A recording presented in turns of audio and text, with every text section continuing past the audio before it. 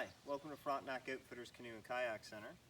This is a video review of Pulse SUP's Flamingo 10.4, the Anchor 10.4, as well as the Marble 10.4, which we don't have shown here. The boards are in their traditional series. They all share the same features and specs, which is why we're going to do the video for all the boards in one go. They are a 10.5 foot board or a 10'4" board. They are 31.5 inches wide and they're 4 3/4 inches deep. Because of the size of these boards, they're more catered towards that small to medium type of paddler. So somebody that's maybe in that 100 to 170 pound range. The maximum capacity for these boards is around 200 pounds.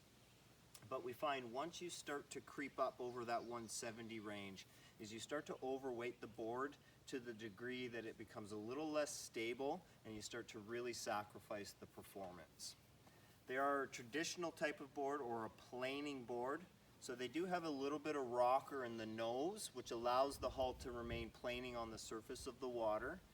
Because of that design, they're a good sort of all-around type of board, good for just doing that sort of flat water cruising, puttering around at the cottage with the kids, even doing some fitness stuff like SUP yoga would be good for these boards because they are fairly stable.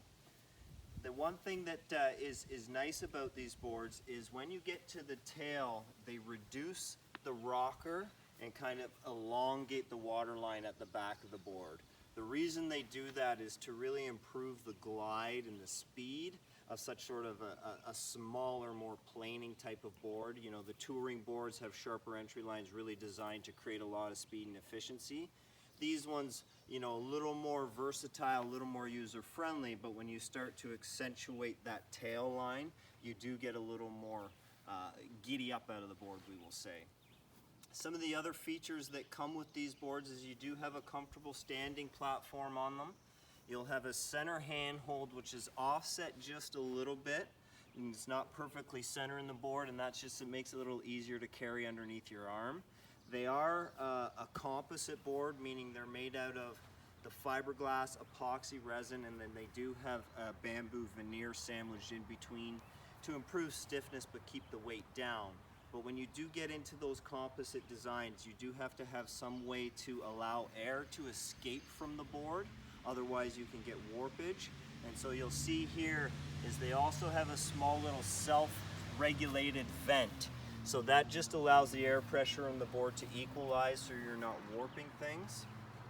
The nice thing about the Pulse boards is the graphics. Really eye-catching graphics. They're very vibrant. They look very cool.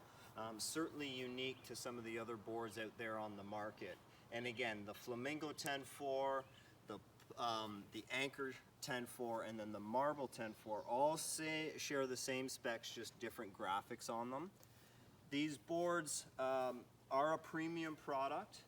They do give you really light carry weights, which is nice, only 26 pounds, so very easy as a small individual to lift that board up and, you know, on and off the roof of the car, in and out of the water. And with us, when you purchase one of these Pulse boards, they include the board bag that you see on the ground here, the carbon paddle, which is adjustable, as well as the 10-foot coiled leash. So $18.29 gets you the board, the bag, the paddle, and the leash, pretty much everything you need to do to kind of just get out and go.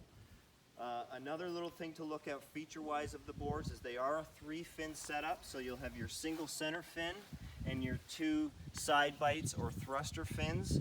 When you have those thruster fins in there, you are going to increase your stability, of course. It's going to cause the board to be a little bit slower though, because you're creating a little more drag in the water, and it's also going to make that board a little less responsive or a little less maneuverable. So if you're having trouble keeping these boards going in a straight line, maybe your technique isn't down pat, you know, pop in those thruster fins, and that's really going to help you keep you on track.